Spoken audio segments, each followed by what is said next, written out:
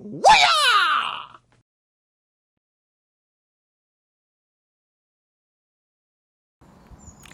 Hello and welcome to my ultimate wheelie tutorial video. My name is James, I'm 54 years old and I've been riding bikes for about 15 years. So I'm one of those, obviously I love riding and I'm passionate about the progression. So I'm one of those people that's really OCD and obsesses over every last little thing. So I like to look at anything I'm trying to learn and find the most efficient way of doing it, and any little nick or any little secret that people might overlook. So wheelies, everybody wants to learn how to do wheelies. It's the ultimate bike party trick. So there's a lot of videos on YouTube. YouTube's full of how-to wheelie videos, but I don't think that any of the videos out there are really that great.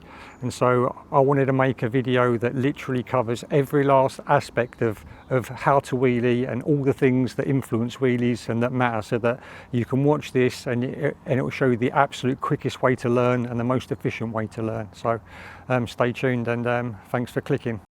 If you find this video useful, please like and leave your comments below. Currently I don't have any other content on my channel, but if you're interested in seeing more tutorials, then subscribe. If enough people show interest, I'll carry on making more videos. I hope you enjoy this tutorial and I hope it helps you learn quicker. Thanks for watching.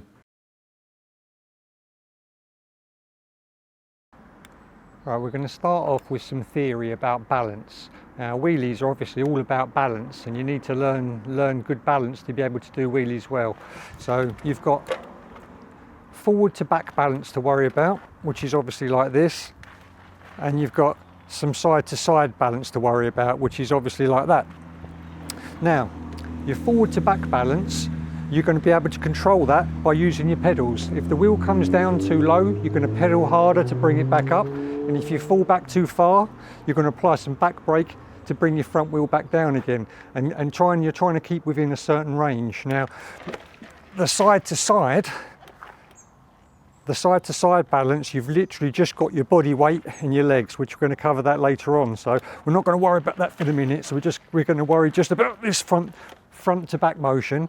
And the thing that you've got to know about that, or you want to understand, is that it's like, if you could imagine like a rainbow that goes over. With the weight of the rider on, to be able to lift the front up, when you're at the bottom of the rainbow, bottom of that arc, it's extremely hard. It takes a whole load of effort at that point to get it to come up, or to change this angle. But as you come up higher and higher and higher, it becomes easier and easier until you get to this point where it will just balance by itself, and the slightest touch either side will make a correction. So it goes from almost no effort to loads of effort, and the same in the opposite direction. So the idea is to keep it inside a certain window. Now there's a certain window where the effort is negligible either way before it starts to really ramp up and drop off. So you're trying to stay inside that window is the basic principle.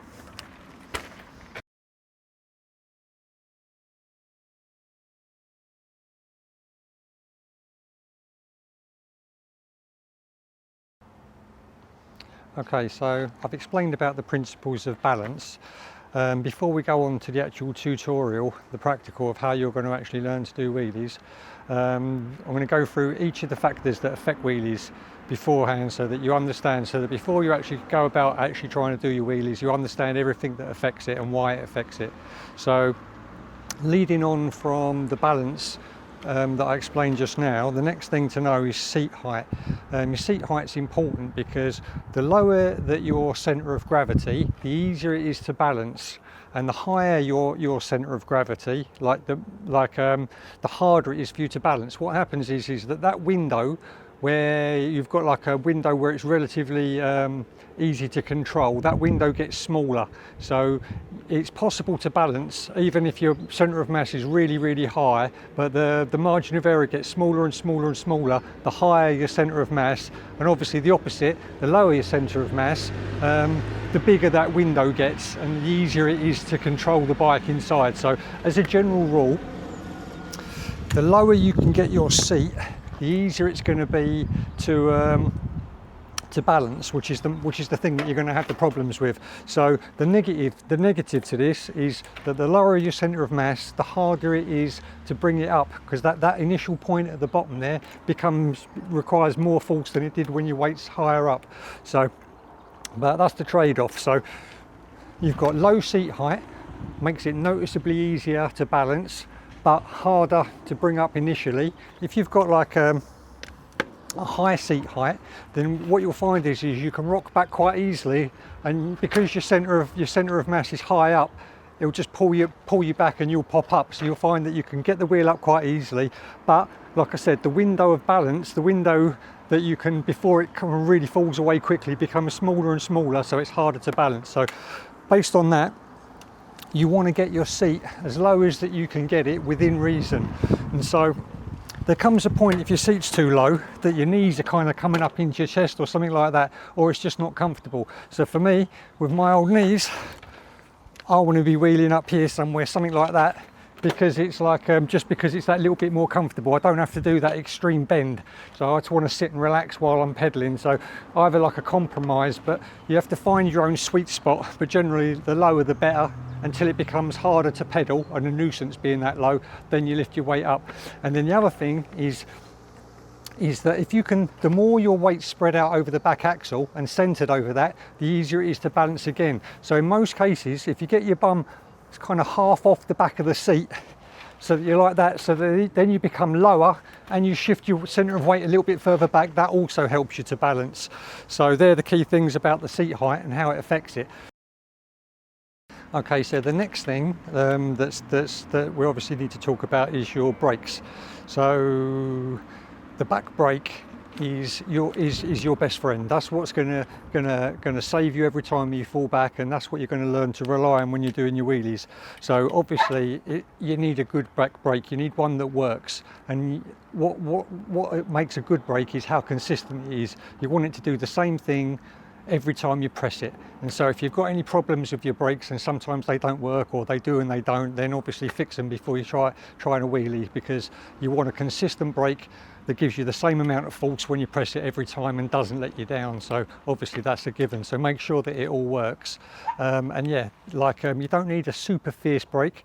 Like I've got Saints on this, like downhill brakes, which are obviously really fierce, and it's good to have fierce brakes, but it's probably more important overall to have that modulation, because you're going to learn to be inside a smaller window relatively quickly when you're learning, and at that point that modulation is what it's all about. You only need extreme brake force when you go far too far to bail you out, and so you shouldn't really ever be in that situation, like and so you shouldn't really need really powerful brakes, but you do want brakes that work consistently.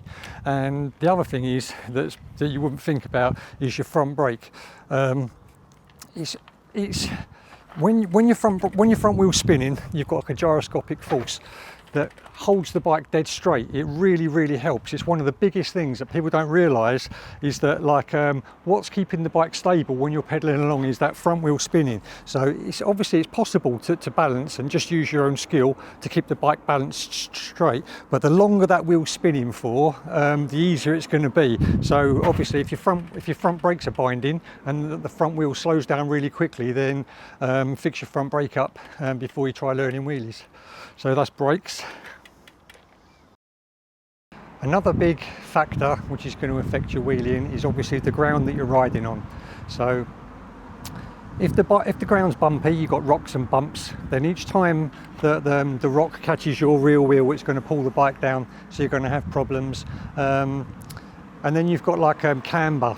This is like, it's tricky. If you've got like a camber where the road slopes down to the side where you're riding down it, the bike wants to fall into that camber, and that makes it really hard to learn. So especially at the beginning, try and avoid any situations where you've got like a camber in the road as you're going down it. Now, then you've got the other two options where you've got like an incline and a decline. Now, when you've got like an incline, there's good and bad about these as well. It's actually easier to balance because the front wheel's already up quite high. Say for example, exaggerate it and you're going up like a really steep hill. You're so close to the balancing point, or you're closer to the balancing point, and you're past the point where it takes a real lot of effort. So it's easier to do that pop to get it up. It takes less effort when you're going uphill than when you're going downhill. It's the exact opposite. You're actually past that point on your rainbow to the bottom there, where you've got even more force that you've got to get through. So if you're going downhill, it takes a huge, much bigger force to be able to lift the wheel up. So they're the two differences in going up or down. So when you're going uphill also, it's easier to balance. So if you're learning, going on a slight incline is probably easier than flat, and it's easier than going downhill. Downhill's probably the hardest out of all the options, because the bike's rolling away rather than you controlling it on the pedals as you go. So, but the thing that you can do with them going downhill is that once you can, obviously you're good with a rear brake and you can hang past the balance point, then you can learn to roll down a hill without any pedaling and use the heel to go down, and kind of like manual, but just be feathering the brake and holding it on the balance point. And at that point you're going to learn really good brake control, because that teaches you to feather it. So that's where the hills come in. But obviously at the beginning you're looking for flat ground or a very slight incline, but flats are probably the safest bet, and you don't want any side slopes at all, and preferably somewhere smooth where you've not got any bumps. Once you get better, you'll be able to go over almost anything. You'll be able to hop over things whilst wheeling if you practice enough. But at the beginning, flat, level, and no side to side tilts. Right, another factor is wind, right? Side wind is a killer, because like I said, you only having your body to be able to make corrections on the side to side. When you get blown by a side wind, it pushes you over, and it's really hard to overcome the wind. So if you've ever got like a side wind, it just makes wheelies a nightmare. It makes it really difficult.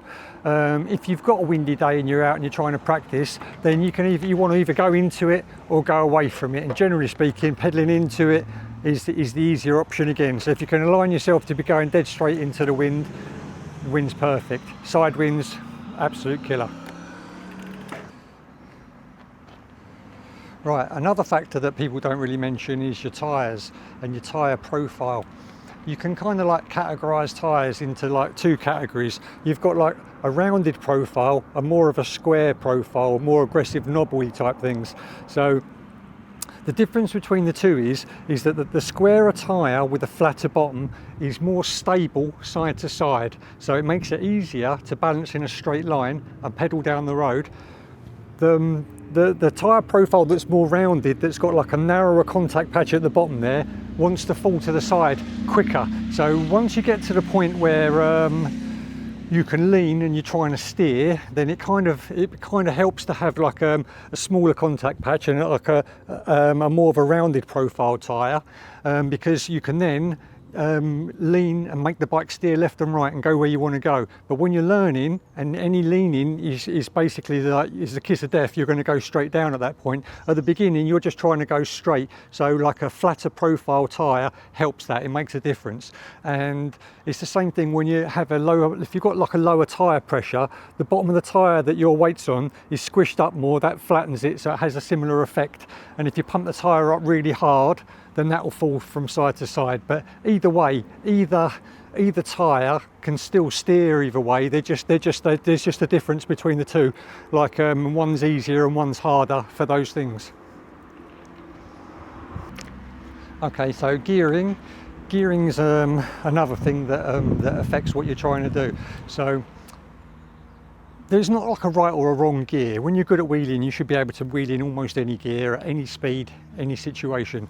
But the basic principle is you just want something that's fairly quick to respond.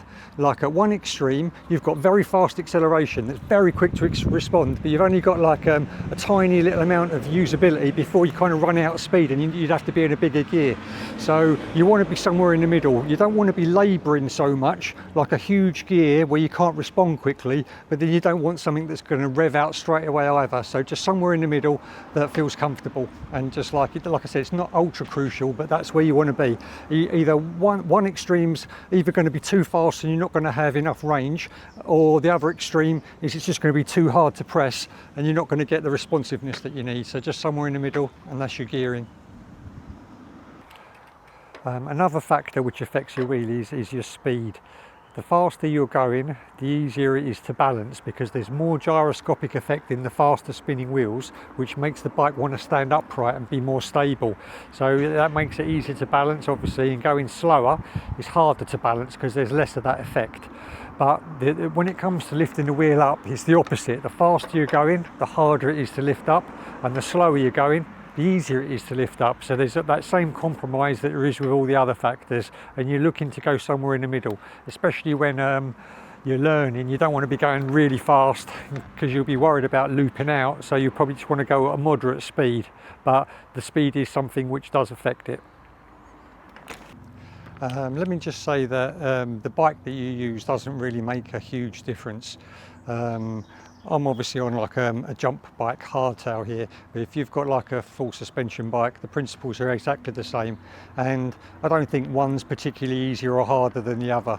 If you had like a full-on, fully fledged downhill bike, it's harder to lift up because the suspension's so squidgy, but within reason, like a regular enduro or trail bike or a hardtail, these principles are all exactly the same.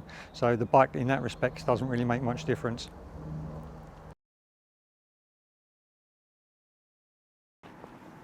Okay, so how you learn to do wheelies is from repetition to learn the muscle memory. It takes time and it takes practice. If you've been watching videos that promise to teach you to wheelie in 10 or 15 minutes, they're lying. It's not something you're going to learn just instantly. You're going to have to put in some time and chip away. So little and often is the key.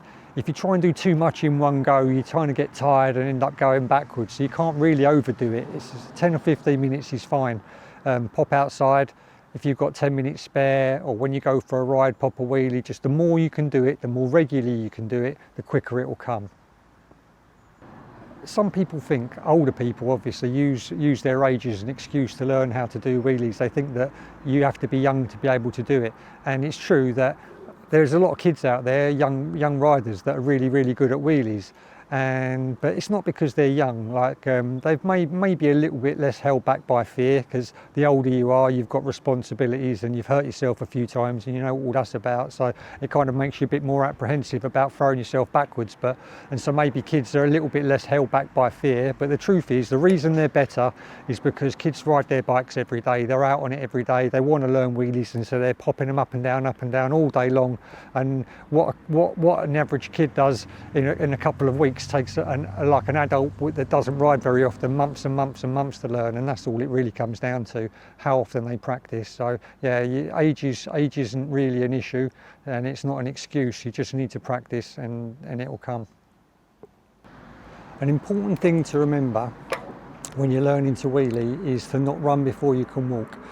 Master each step, so try and get the wheel to pop up first, master that, then worry about catching it on the brake and so on as you progress down, because it will just save you so much time in the long run. Try and avoid the temptation just to try and learn to wheelie fast and try and see how far you can go, and don't worry about distances or anything else. Just worry about each step that you're learning, step by step by step, and then that will be the quickest way by far to learn, and it'll save you like loads of time in the long run.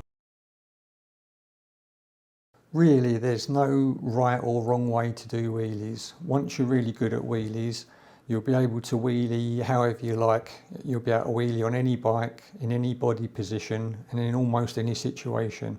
Like bumpy ground, uphill, downhill, it won't make any difference. But for this tutorial, we're going to focus on a very specific body position and technique, which I believe will be the quickest and the best way to learn the foundation skills. So the idea is to hang with your arms straight and your body weight hanging back as far as it can go, like in this position, or with your bum halfway off the back of the seat. So what this does is, because you're hanging back, it keeps everything symmetrical in your body. You hang with the same amount of effort from both arms, and it keeps everything locked in tight. It makes it easier to balance. When you're pulling up very slightly, you can go out of balance easier. When you're hanging back like that, your body's low, your body's back, and it holds everything tight and keeps it symmetrical, so it makes it a lot easier to balance. So this is where you want to be.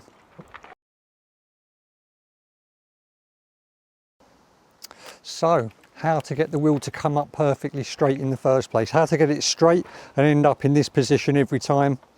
The secret is not to do much pulling. What you're doing is with your upper body, you're going to come down and snap back, down, snap back, down, snap back. And that snapping back, what that's doing is as you're pressing down and pushing away, you're compressing the forks. As your arms lock out, that causes a jolt. As you throw your body weight back and your arms lock out, it jolts and it pulls symmetrically, pulls evenly with both arms, and the front will unweight. That motion, that snap back and locking out, causes the springs and the forks to push out at the same time, and it gives you that little bounce. And that bounces the front wheel up and over the point where it's really difficult to get the bike to come up. So if you time your pedal push at the exact same point where that ricochet is happening, where that front's popping up, it'll just go over the hard point and it'll just pedal up really easily, and you'll be able to ease off the power on that front foot just as you get to the end of the move, and you'll be roughly in the right zone there, ready to start rocking forward or back. So when you do the move, it starts off with your back foot first. You've got a front foot and a back foot. Your front foot's your dominant leg, so I ride with my left foot forward, and some people everything's going to be reversed because they ride with the right foot forward. But the pedal sequence starts with your back foot. As your back foot, it goes back foot, front foot, back foot, front foot. Like so, as your back foot comes down, your body weight comes forward, and as it rolls round, you fire back. And that just at the point where your arms lock out, that's the point where the front foot comes down. So it's like this: back foot, front foot, back foot, front foot, back foot, front foot.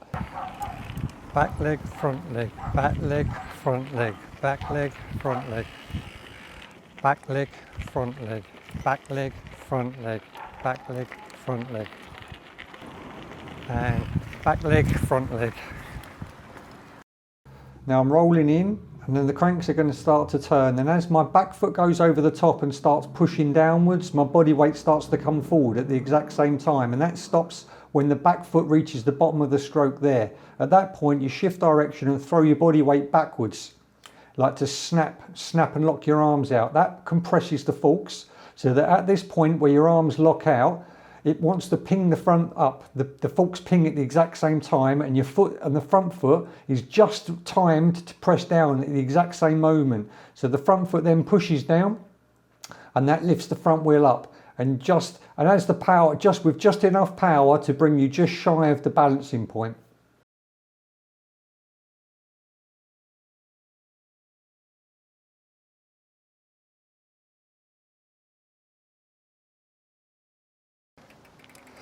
So just to recap, for bringing the front wheel up, when you're trying this for yourself for the first time, how hard you snap back, how hard you do this snap, and how hard you press on your pedal are the two things which affect how quickly or how aggressively the wheel comes up. So start off with smaller inputs and then just build your way up so you don't go flying back first time, get a feel for what does what, and keep everything straight. The focus, what you're really worried about when you first start trying to bring the wheel up is just getting the wheel to come up straight and not falling side to side. If you can get it to come up straight consistently, then you're doing great. A good tip for helping you to bring your front wheel up consistently and bring it up straight is to learn to use the ground to give you a little boost.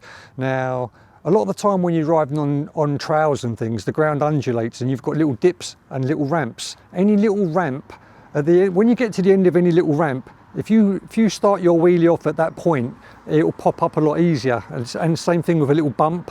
Anything that helps it, you can kind of bounce the front off or is taking you in that direction, will help you sort of like help the wheel come up using less snap and less pedal movement, and if you use less aggressive inputs, it's easier to bring it up smoothly. So basically, if you can use the ground, you always want to use the ground if you can. If there's a feature as you're coming up to it, and you can use it, then always use that feature. And this is especially important with manuals. These little dips, a small little dip, just a small little undulation in the ground, and if you time it just right, it will really help to pop up straight to where you want to be. So what you need to do in order to be able to do that is practice the time it takes to do this, your pedal sequence from back foot to front foot, so that you can start it at the right point. Like put a mark and try and practice, or even a stick or something, actually use a stick or a stone or something that you can physically bounce your wheel off, so that you know you're hitting it at the exact same point, at the right point.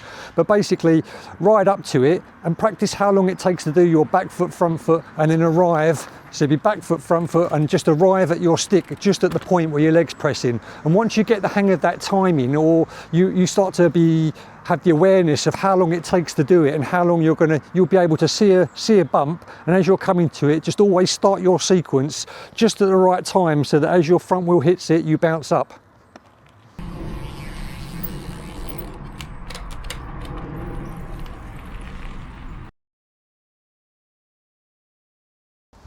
Right, now, yeah, when you're wheeling and you go past the balancing point, you're going to start using the brakes. You're going to catch it on the brake. It's probably going to be something like this. You're going to wheelie up, pedal to just to the balancing point or just past it, and start to fall back. As you fall back, you'll catch it on the brake for the first time. And that means catching it on the brake would be stopping the bike from falling back and falling backwards, but not pressing the brake so hard that it brings the front wheel back down. In reality, it's a little press and a let go, press and a let go.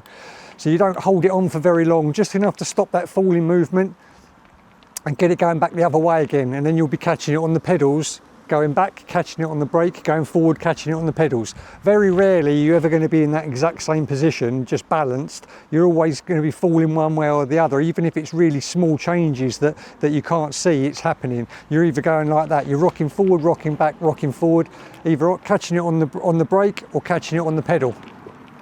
So at the beginning, to learn to feather the brake, you never ever want to be falling off the back. So what you want to do is as you wheelie up for the very first time, just get the hang of pressing the brake and bringing it back down again. Don't even have to worry about going to the balancing point. You just have to start to make it second nature to always have your finger on the brake and always be ready to pull it. So you're basically going to bring the wheel up, bring it up higher and higher, and keep just pressing the brake, bringing it back down. Start again, bring it up, press the brake, and each time you want to resist the temptation to ever bring your body weight forward. Always be hanging back, and then what you're trying to do is just gently pedal to the point where you're coming up to that balancing point and you can feel yourself falling back. And then you want to just try see how lightly you can press it without bringing the wheel down. So the first sort of like little mini triumph you're going to have is being able to catch it on the brake and then let go of the brake enough to not bring it back down to catch it on the pedals again. And once you've done one of those loops where you've caught it, let go before it's come all the way down again, ready to catch on the pedals, then you just basically just got to repeat that over and over. So really important tip, or two tips actually. First tip is that before you're about to pop your wheelie, always give the brakes a little pump. Give it a little pump and just feel. And you're feeling to know that the distance that the lever travels back is always the same. It hasn't suddenly gone back to the bars, or you've got some problem with fluid or something. And so you're checking that the distance it moves is the same and how it feels. If it feels like the brakes work good, you know that they're going to do what you expect them to do. So just the only chance you're ever going to have of flipping out and going back once you learn to wheelie is for some reason your brake not working as it should do. So just as force of habit, every time you pop a manual, every time you pop a wheelie, always have a little test first and see if it all feels just as it should do, and then you know that you're all right. So then at that point, your finger's ready, you're always going to be ready there to catch it for the first time. Now another tip which I'll mention now is that if you pull the brake, you can get to a point where you've taken all the slack out of the lever and you've taken the slack out of the pads. So they're just dragging, not enough to stop you from pedaling forwards, but you're literally on the point where everything's just about to grip. Now, if you do that when you're if you just ride along like that with the brake slightly dragging, because your finger's already there, it makes it a lot easier to do those small brake applications without pressing too hard, because what tends to happen is you're going to fall back, panic a little bit, grab the brake too much, and it's going to bring it down. The tricky part is in that situation where you're falling back, only just pressing it a little bit, just enough that you need. And so if you've got the slack already out of the lever, you're riding with the brake already dragged, you've already got a light bit of pressure on there, it's just a question of slightly increasing that pressure. You're already there, and you're not going to mess it up from the panicking. So first point, always little test first, and then when you do your wheelies, when you're learning, I don't have to do this now, but when you're learning, if you drag the lever, then it'll help like not press the lever too hard, because you'll be just at that point and it'll work out nicely. So yep, you're going to wheelie up, get to where you're going to wheelie up. You're going to wheelie up and resist the temptation to pull your body weight forward. Always remain hanging back like that. You're just going to use your brake only. If it goes too high, it's brake. You're not going to start doing this. So as the wheel comes up for the first time, if you've not used the brake before, just let it come up a bit of the way, grab the brake and make it come down. Just keep doing it until you're absolutely confident that every time you come up, you just grab the brake and it comes back down again. Come up, and then what you're going to do is just gradually increase the height of the wheel each time before you press the brake, and then grab the brake, let it come back down until such times as you start to fall back. You're going to notice that as you're pedaling, if you're just pedaling and you're hanging back and as you're pushing, you're pressing harder and harder, you're allowing the wheel to come up higher and higher. You'll feel that point where it starts to go really light, where almost no extra effort on the pedal is moving you around, and that's the point where you're just going to tip over.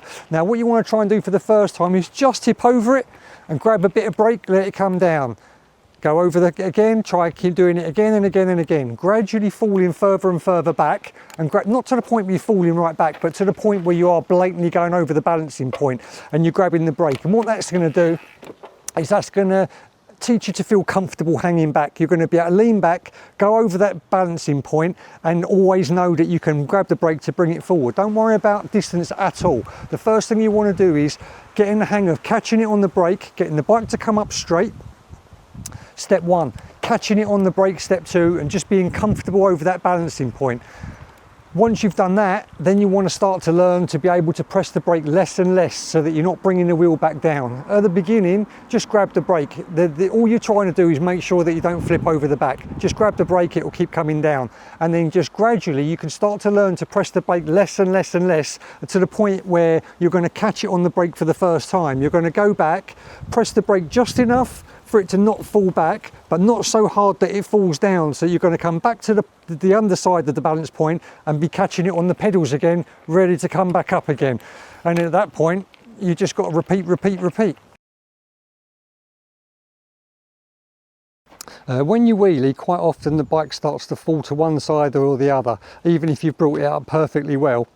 And trying to correct this is difficult, because you make the corrections by shifting your body weight. If the bike's falling to this side, you shift your body weight that way, obviously, and vice versa. If the bike's falling this way, you shift your body weight in the opposite direction to what it's falling. But in reality, you can only move your weight so much, and it's not very effective. Doing this doesn't actually change that much. So you've only got like a small window before the bike falls away and you can't save it. And so it gets to, in reality, you've almost got to sense the correction, sense that it's moving, and make the correction almost before it's happened, to be in time to be able to bring it back. So it takes experience. You've got to ride and learn to feel for when it's going to fall, or just when it's just about to start to lean. So you have to be really quick to react, and then you have to practice moving your body weight around in order to find what's the most effective for your body shape and your body size. So the main ways that you can counterbalance is by using your shoulders to a degree, but the most effective way is using your knees. Like, your knees don't have that much mass, and so they don't change your body position that much. But if you're quick to react, and your knees you can almost whiz them around really fast. So your knees are the best one, because you can kind of quickly change them to make small corrections to your body position. Now, your knees can stick out to the outside, to move your body weight, or they can go across the frame. So you can actually kind of do both knees at the same time, sometimes depending on where you are in the stroke. Like I said, the leg that's at the front has got more range to move, so whichever leg comes over the top at that point is the one that's got the most range that you want to be trying to use. So it's very tricky. It's knees, shoulders, and you're trying to sense when the bike's about to move before it's moved, and quickly move your weight to the other side, and then learn again how that movement changed what's happening, and build up the muscle memory, and it will come. But that one, it will take practice. At the beginning you're going to get lucky, go straight and be able to do nice wheelies, and then it will just take time to be able to counterbalance when the bike leans to one side. That's the principles of it, but this is just going to come from repetition and lots of practice. In this next clip, I'm pedalling up the road and it's a windy day, making it tricky to balance. So I'm hanging back and I'm using my knees to balance side to side. So this is an example of what it looks like.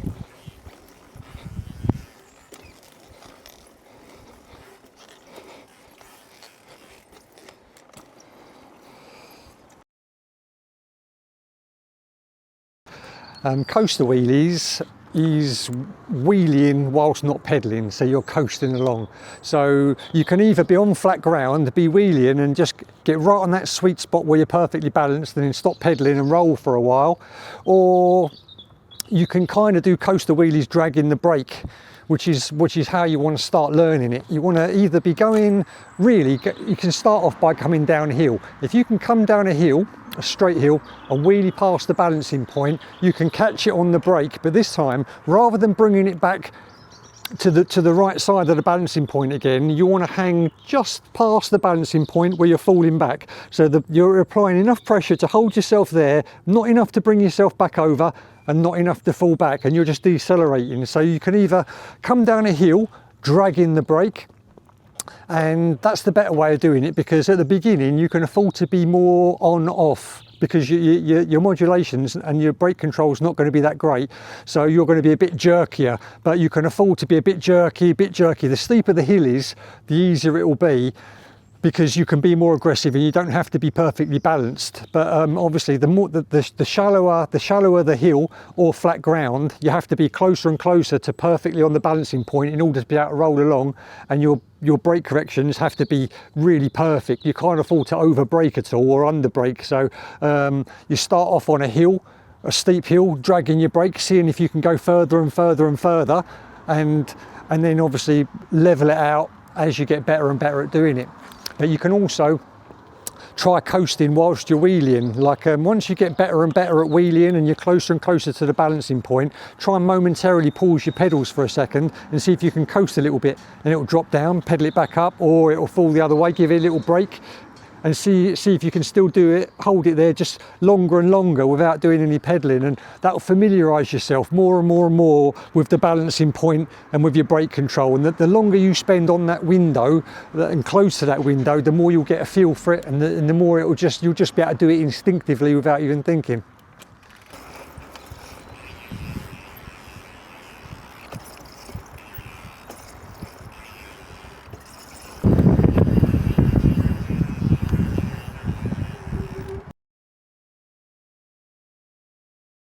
So if I cover circles first, because it overlaps back onto turning again, when you roll a coin, for example, if you roll a coin in an arc, it will sort of like, the coin leans over and it kind of wants to follow a circle naturally. Well, the bike kind of does the same thing. When it's leaning and you're pedaling, the bike's falling over, it wants to fall in a circle, in the same way that a coin does when it's rolling. The easiest way to learn wheeling in a circle is just to ride in a circle, so that your bike's already leaning. I'm exaggerating it now, but if you pedal in a circle, your bike will already be leaning.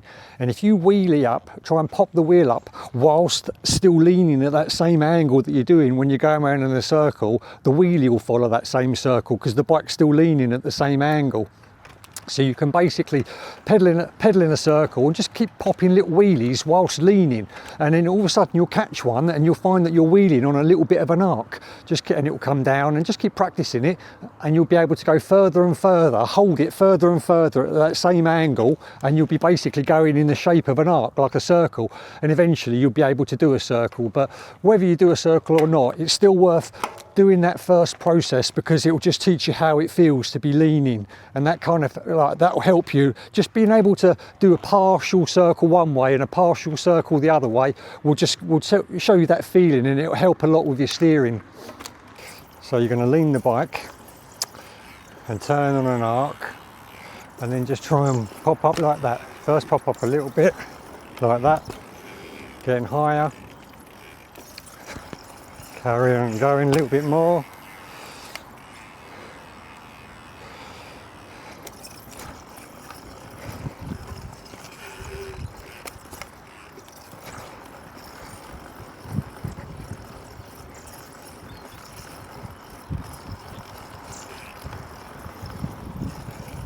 How do you steer your bike whilst you're wheeling? The way that you do it is by leaning the bike.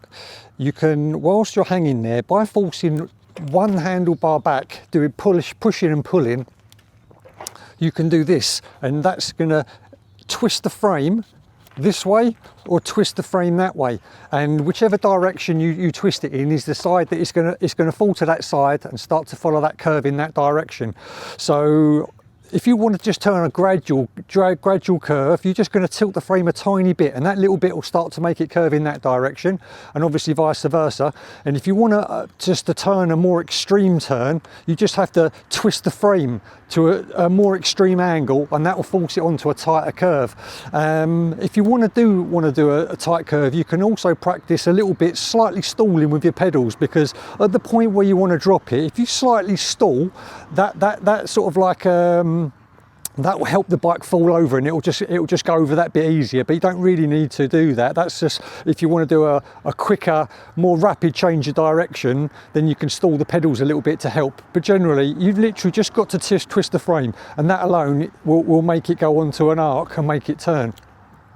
The problem that you've got when you're doing this is you're going onto that curve, and the bike kind of almost gets locked in. It doesn't want to come off that curve once it's on it. So to bring it back up to straight again, or to come out of your bend, if you want to turn that way and then straighten up, or go the opposite way, you have to bring it from your curve back up. And it's the same principle in reverse. You're putting your weight slightly to the outside again, and you're trying to force it up, but you have to be slower. If you try and be aggressive with it, your weight you'll go out of balance, and it won't work. So it's actually a lot harder to bring it out of that curve than it is to make it drop in. But like I said, with practice you'll get it.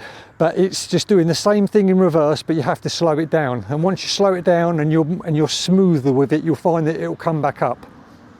So going straight, we're going to tip the frame, make it lean, straighten the frame out, and then we go to straight again. We're coming down straight, tip the frame, start the lean, and then straighten the frame out, back to straight again.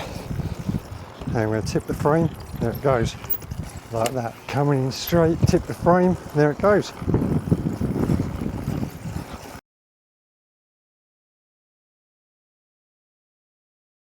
Okay, so one-handed or no-handed wheelies, it's not really like something for a tutorial, because by the time you can do a one-handed wheelie or a no-handed wheelie, you probably don't need a tutorial anymore. But the basic thing that you're learning with this is, all this time we've been learning to sit with our seat low and hang back. But if you want to take one hand off or both hands off, you have to be in the opposite position with your seat up high. And then you can basically sit in a position where you're kind of perched on the seat and you're not hanging back. You have to sit your weight a little bit forward, and you'll get to a point where you can sit there and keep the bike balanced, but you're not actually hanging. You can take your hand off without the bike falling away. So seat up high, or get on the front of the seat, get forward to the opposite, and bring the bike up to the point where your back's straight and you're not hanging back anymore, and then you'll be able to take your hand off if you've got enough balance. I put these in for fun, really. I mean, taking one hand off is actually not too bad. You can do one-handed wheelies, aren't too hard to learn once you're reasonable at wheeling. But the no-handed wheelie is just a silly one. Don't bother trying it unless you're prepared to fall flat on your back, because it's pretty likely to happen. There you have it. Contained in this tutorial is every bit of information you will ever need to know about learning wheelies, from complete novice up to a ninja master. Be safe, wear your helmet, and get out there and start practicing. Thanks for watching, and please don't forget to like, share, comment and subscribe.